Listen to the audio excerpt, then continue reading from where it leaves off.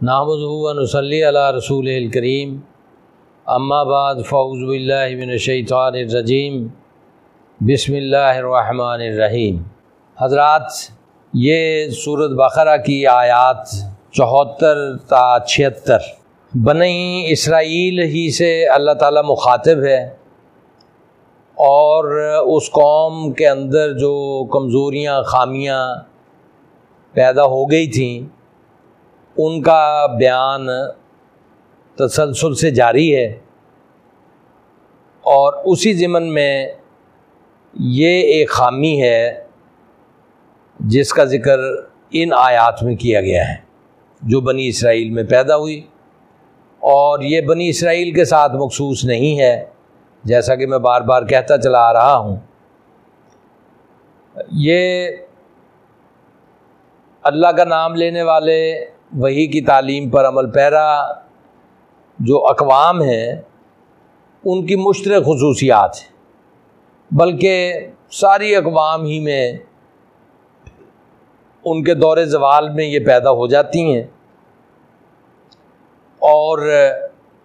پھر میں نے آپ کو یہ بھی بات بتائی ہے کہ قوم کی بیماری جو ہے وہ ایسی شدید ہوتی ہے کہ قوم سمجھنے کے باوجود نہیں سمجھتی کہ مجھے کوئی بیماری لاحق ہے۔ اس کے خیر خواہ اللہ کی طرف سے آنے والے پیغمبر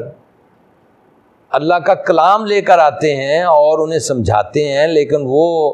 تسلیم کرنے کے لیے تیار نہیں ہوتی کہ ہمارے اندر بھی کوئی بیماری ہے۔ یعنی انسان کو جو جسمانی بیماری لاحق ہوتی ہے نا،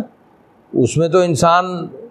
چیخو پکار کرتا ہے کہ میں بیمار ہوں اور مجھے ڈاکٹر کے پاس لے چلو یا مجھے کوئی دوائی دو، لیکن قوموں کی جو نفسیاتی بیماری ہے، بلکہ فرد کی بھی نفسیاتی بیماری اگر کوئی ہے تو، اور قوموں کی نفسیاتی بیماری بھی، یعنی نہ کو وہ تسلیم کرتی ہیں، نہ علاج کرانے پہ آمادہ ہوتی ہیں، اور نہ نشاندہی پہ ادھر متوجہ ہوتی ہیں۔ تو یہ بیماری کی انتہا ہے جو اس آیت میں بیان ہوئی ہے۔ ثم قست قلوبکم، ثم پھر قست سخت ہو گئے، قلوبکم تمہارے دل۔ اب تمہارے سے مراد ان کے دل بھی سخت ہی تھے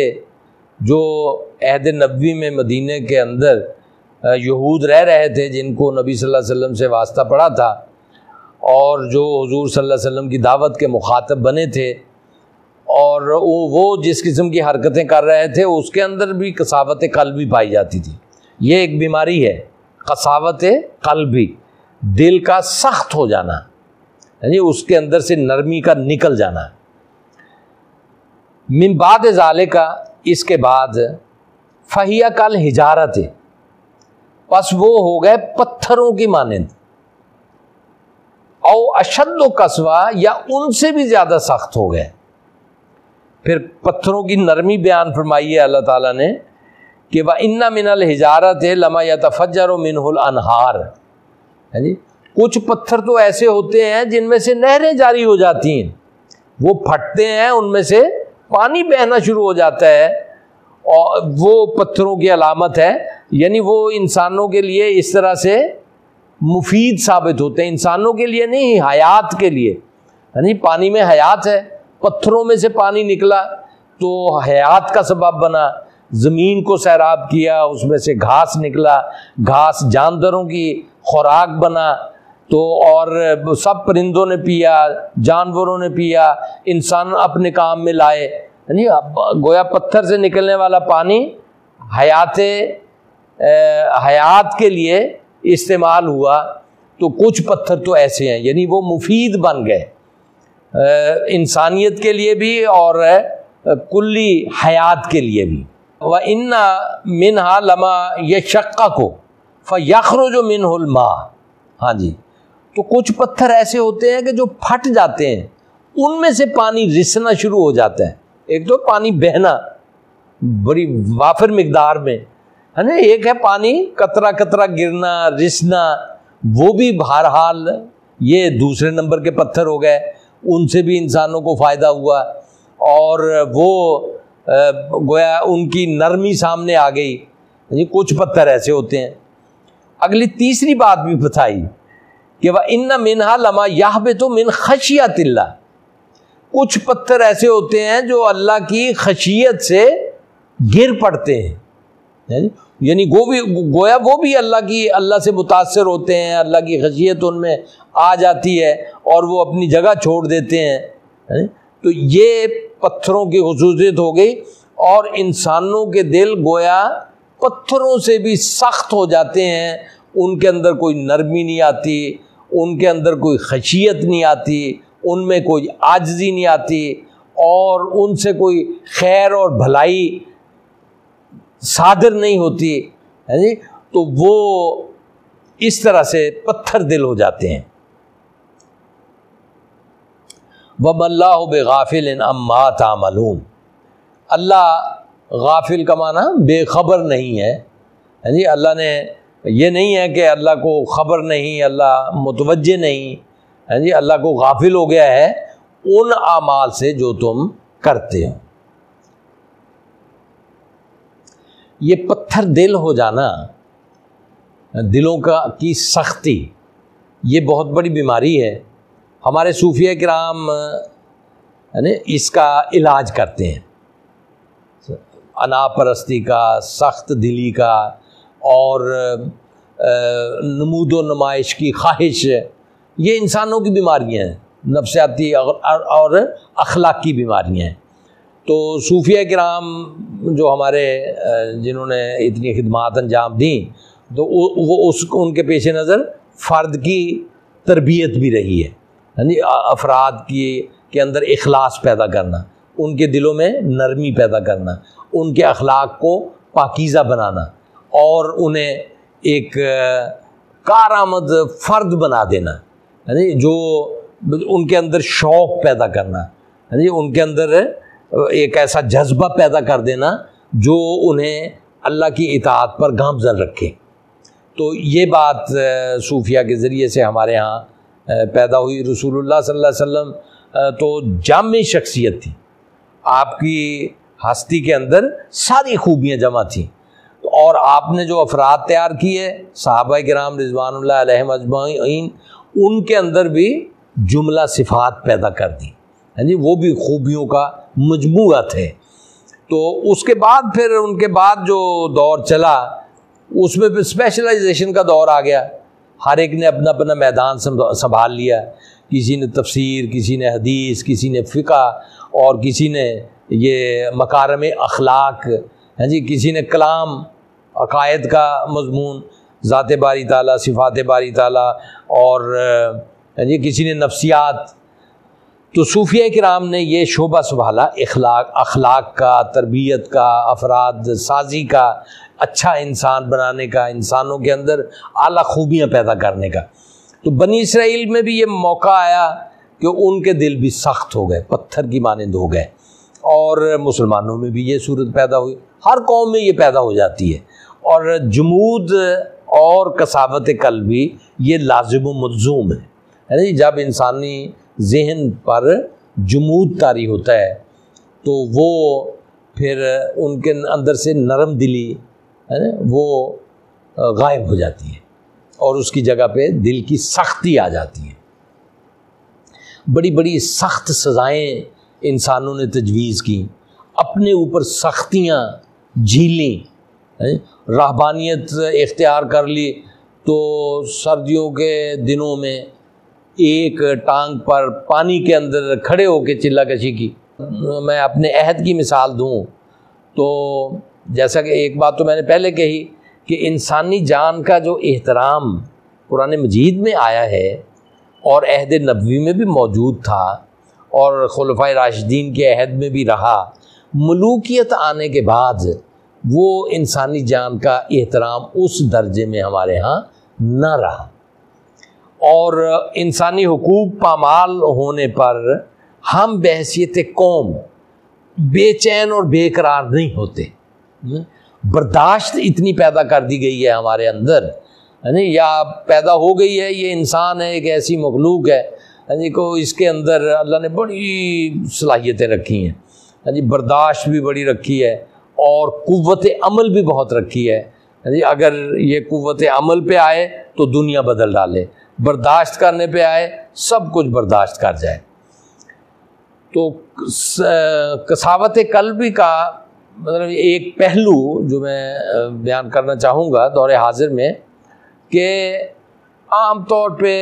یتیموں کا مال کھا لینا، ڈکار بھی نہ مارنا، قوم کا مال کھا جانا، یعنی پوری قوم، یا ایک اسکیم آئی ہے قوم کے ان نوجوانوں کو روزگار پہ لانے کے لیے یا ان کو بزنس دلانے کے لیے جو بے روزگار ہیں اور باصلاحیت ہیں۔ اسکیمیں آتی رہتی ہیں نا گورنمنٹ کی، تو ایک ہی آدمی نے کوئی 2000 نوجوانوں کے شناختی کارڈ اکٹھے کر کے وہ ساری رقم خود سمیٹ لی اور اپنا کارخانہ لگا دیا اور 2000 نوجوانوں کو روزگار سے محروم کر دیا، اور وہ کتنے لوگوں کا آگے روزگار پیدا کرتے اور اپنے خاندانوں کا سہارا بنتے۔ اس ساری چیز کو ہڑپ کر گیا ایک ہی آدمی۔ تو یہ کیا ہے؟ قساوت قلبی، پتھر دل ہو جانا ہے جی، بجائے اس کے کہ وہ اپنے اختیار اور دولت کو کام میں لا کر وہ روزگار کے مواقع پیدا کرتا ہے، باصلاحیت نوجوانوں کو آگے بڑھاتا ہے، ان کی تعلیم کے لیے انتظامات کرتا ہے جی۔ اس نے اس کے لیے آئی ہوئی اسکیم کو بھی اپنی ذات کے لیے استعمال کر لیا اور ان کو محروم کر دیا۔ یہ کیا ہے؟ قساوت قلبی جی، پتھر دل ہو جانا۔ کورونا کی بیماری آئی ہے، جو بھی دوائی ہوتی ہے وہ غائب ہو جاتی ہے مارکیٹ سے، اور بلیک میں لاکھوں میں بکنا شروع ہو جاتی ہے۔ اور یہ پلازما کا کانسیپٹ آیا تو لوگوں نے لاکھوں میں سودے کرنا شروع کر دیے۔ یہ کیا ہے؟ قساوت قلبی جی، بجائے اس کے کہ آپ، یہ بھی مثالیں ہیں ہمارے ہاں الحمدللہ، کہ ایک آدمی پشاور سے آیا، اس نے پلازما دیا اور واپس چلا گیا، اور کرایہ بھی نہیں لیا، پشاور سے اپنی کار پہ آیا، کار پہ آنے کا کرایہ بھی نہیں لیا۔ یہ بھی مثالیں ہیں، یہ ایسی مثالیں ہیں جن کو عام ہونا چاہیے۔ اور جو دوسری مثالیں ہیں نیگیٹو جی، قساوت قلبی کی، پتھر دل ہونے کی، تو یہ جو ہیں یہ موجود نہیں ہونی چاہیے۔ تو یہ اپر کلاس سب سے پہلے ایسا کرتی ہے، جن کے پاس اختیار ہوتا ہے، دولت ہوتی ہے، وسائل ہوتے ہیں، اور جن کو کوئی خطرہ نہیں ہوتا، تو وہ اپنے عوام کو محروم رکھنے کے لیے اس قسم کی حرکتیں کرتی ہیں۔ شاہ ولی اللہ رحمۃ اللہ علیہ نے اپنے دور میں آ کے اس بات پہ غور کر کے امام مالک کے اجتہاد کو قبول کرنے کی رائے دی۔ مفقود الخبر، جس عورت کا شوہر فوت ہو جائے، گم ہو جائے، جس عورت کا شوہر گم ہو جائے وہ کیا کرے؟ اب ہدایہ میں لکھا ہوا ہے کہ وہ 90 سال انتظار کرے۔ جس عورت کا شوہر گم ہو جائے وہ اپنے شوہر کا 90 سال انتظار کرے۔ وہ 90 سال تک خود بھی زندہ رہے گی کہ نہیں رہے گی؟ آپ اندازہ کیجئے کہ جنہوں نے یہ لکھا اور اتنے لمبے عرصے تک، شاہ ولی اللہ رحمۃ اللہ علیہ کے دور تک یہ قانون رائج رہا فقہ کے اندر کہ وہ 90 سال، حنفیوں کے اندر 90 سال انتظار کرے۔ وہ تو اللہ بھلا کرے شاہ صاحب کا، انہوں نے اس پہ غور کر کے 6 یا 7 سال وہ تجویز کیے اور جس کو ایکسیپٹ کر لیا گیا، اور اب 6-7 سال وہ انتظار کرے، اس کے بعد اپنا طلاق لے، اپنا وہ آزاد ہو جائے گی، عدالت اس کو انڈیپینڈنٹ ڈکلیئر کر دے گی اور وہ نئے دوسرے کسی فرد کے ساتھ نکاح کے لیے آزاد ہوگی جی۔ اسی طرح ایک یہ خلا کا مسئلہ ہے کہ جی خلا اس وقت تک نہیں ہو سکتا جب تک کہ شوہر طلاق نہ دے، قاضی مجبور کرے جی، اگر شوہر طلاق نہیں دیتا تو یہ عورت جدا نہیں ہوگی۔ اب اس کا نتیجہ کیا ہوا؟ عورت نے دین اسلام سے خارج ہو کر کوئی دوسرا دین اختیار کر لیا اور کہا کہ جی اب تو میری طلاق ہو گئی ہے نا، میرا نکاح ٹوٹ گیا ہے نا جی۔ تو جب نکاح ٹوٹ گیا تو پھر وہ اسلام میں آ گئی، یہ علامہ اقبال رحمۃ اللہ علیہ کے دور کی بات ہے، تو انہوں نے بھی اس کو کوٹ کیا اور لکھا کہ ہمیں اپنے قوانین کو ایسا سخت نہیں بنانا چاہیے کہ جس کی وجہ سے لوگ دین کو ترک کر دیں یا انہیں سہولت حاصل کرنے کے لیے دین کو چھوڑنا پڑے۔ یہ کیا ہے؟ قساوت قلبی، سخت دلی تو جو پیدا ہو جاتی ہے، اور لوگ بڑے اخلاص کے ساتھ اس کو جائز کرتے ہیں، سمجھتے ہیں، اس پہ عمل کرنا شریعت کا تقاضا قرار دیتے ہیں، اور چاہے اس کے نتیجے میں زندگیاں برباد ہو جائیں۔ تو اس قسم کی قساوت قلبی ہمارے ہاں بھی پائی جاتی ہے اور قوموں کے اندر پیدا ہو جاتی ہے، اور اللہ نے فرمایا کہ وہ پتھروں کی طرح دل سخت ہو جاتے ہیں، بلکہ ان سے بھی سخت ہو جاتے ہیں کہ پتھروں سے تو کوئی خیر برآمد ہو جاتی ہے یا وہ خشیت سے گر ہی پڑتے ہیں، لیکن انسان ہوتے ہیں کہ جن کے دل اتنے سخت ہو جاتے ہیں کہ ان کے اندر کوئی نرمی نہیں آتی۔ تو بنی اسرائیل کی تاریخ میں بھی ایسا ہوا، اس کے واقعات ہیں تفسیروں کے اندر کہ وہ اس قسم کی سختیاں انہوں نے اختیار کیں۔ تو اللہ تعالیٰ نے فرمایا کہ دیکھو معاملہ اللہ تعالیٰ کے ساتھ ہے، اللہ تمہارے اعمال سے خوب باخبر ہے۔ افا تطمعون یؤمن لکم، اب اس قسم کے پتھر دل لوگوں سے اگر آپ توقع رکھیں کہ وہ اسلام کی تعلیم رحمت میں آ جائیں گے، جو سراپا اسلام کا اللہ رحمان و رحیم اور اسلام کا رسول رحمت للعالمین، اور مسلمان امت اخرجت للناس، جو انسانوں کی بھلائی کے لیے برپا کیا گیا ہے جسے، تو اس امت کے لوگ اگر دوسروں کو دعوت دیں پتھر دلوں کو تو کیا توقع ہوگی؟ جی اس کے بارے میں اللہ تعالیٰ نے فرمایا افتطمعون یؤمن لکم، کیا تم ان سے توقع رکھتے ہو کہ یہ آپ کے دین کو سچا مان لیں گے اور آپ کے ساتھ ساتھ اس پر عمل پیرا ہو جائیں گے؟ وَقَدْ كَانَ فَرِيقٌ مِّنْهُمْ يَسْمَعُونَ كَلَامَ اللَّهِ ثُمَّ يُحَرِّفُونَهُ مِن بَعْدِ مَا عَقَلُوهُ وَهُمْ يَعْلَمُونَ۔ ان میں سے ایک گروہ ایسا ہے، ان میں سے ایک گروہ، سارے نہیں ہیں، ایک گروہ، یعنی یہ گروہ ہی ہوتے ہیں، سب نہیں ہوتے،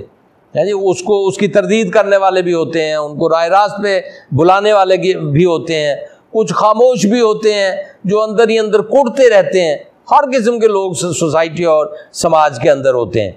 تو ان میں سے ایک گروہ ایسا ہے کہ جس نے اللہ کے کلام کو سنا، یسمعون کلام اللہ، اللہ کے کلام کو سنا، ثم یحرفونہ، پھر اس میں تحریف کر دی، بدل ڈالا، کلام اللہ سننے کے بعد بات کو کچھ سے کچھ بنا دیا، ہاں جی، من بعد ما عقلوہ، نادانی سے نہیں کیا، سمجھ سے کیا ہے، ہاں جی، سوچ سمجھ کر کیا ہے، وَهُمْ يَعْلَمُونَ، اور جانتے بوجھتے کیا ہے۔ اللہ کے کلام کو سن کر اس کو بدل ڈالا، اپنے مفاد کے تابع، ہاں جی، اپنی ضد کے تابع، اپنی انا کے تابع، اپنے آپ کو بڑا ثابت کرنے کے لیے بدل ڈالا۔ تو جانتے بوجھتے اور خوب سوچ سمجھ کر یہ کام کیا ہے۔ وَإِذَا لَقُوا الَّذِينَ آمَنُوا، اور جب ملے اہل ایمان سے، قَالُوا آمَنَّا، تو کہنے لگے ہم بھی اہل ایمان ہیں۔ وَإِذَا خَلَا بَعْضُهُمْ إِلَىٰ بَعْضٍ، اور جب یہ ایک دوسرے سے ملے تنہائی میں، الگ، ہے جی، جب انہیں کوئی نہیں دیکھ رہا، کوئی نہیں سن رہا، مسلمان کوئی موجود نہیں ہے، تو تنہائی میں ہوئے، ایک دوسرے سے ملے، تو کیا کہا؟ قَالُوا تُحَدِّثُونَهُم بِمَا فَتَحَ اللَّهُ عَلَيْكُمْ،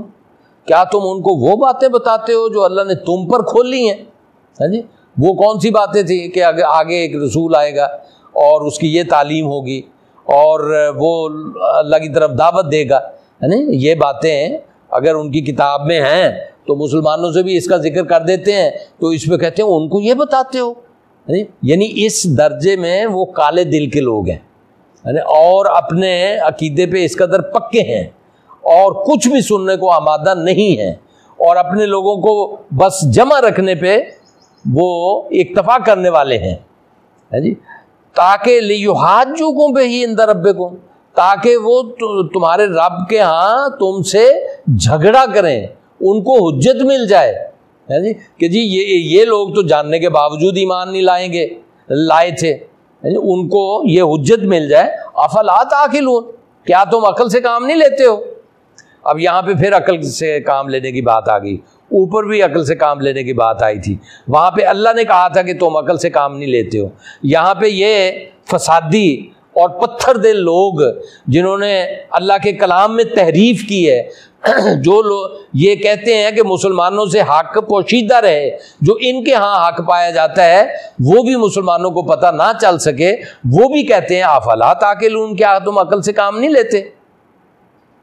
یہاں ذرا میں واضح کروں گا کہ ایک عقل کا استعمال ہے سیدھے راستے پر، ایک عقل کا استعمال ہے ٹیڑھے راستوں پر۔ عقل کا سیدھے راستے پر استعمال جو ہے وہ اللہ کا مطالبہ ہے، اور عقل کا ٹیڑھے راستوں پر استعمال جو ہے وہ شیطانوں کا مقابلہ ہے، یہ شیطانی عمل ہے جی۔ عقل ہے جدھر مرضی لے جائیں، اما شاکرا و اما کفورا، شکر گزار بن کے رہیں یا ناشکرے بن کے رہیں جی، اس میں سے اسلام نکالیں یا غیر اسلام نکالیں۔ اسلام کی ترویج کے لیے عقل استعمال کریں تو وہ محبوب ہے جی، اور اسلام کی رکاوٹ کے لیے عقل استعمال کریں یا اس کے خلاف میں عقل استعمال کریں تو وہ مردود ہے جی۔ عقل ہے مطلق، اور اس کو مردود یا محبوب بناتا ہے اس کا استعمال۔ اسی طرح علم ہے، قوت ہے، اسے مردود یا محبوب بناتا ہے اس کا استعمال۔ تو یہاں جو یہ کہہ رہے ہیں کہ کیا تمہیں عقل نہیں ہے، عقل سے کام نہیں لیتے ہو، یہ عقل کا مردود استعمال ہے۔ وآخر دعوانا ان الحمد للہ رب العالمین۔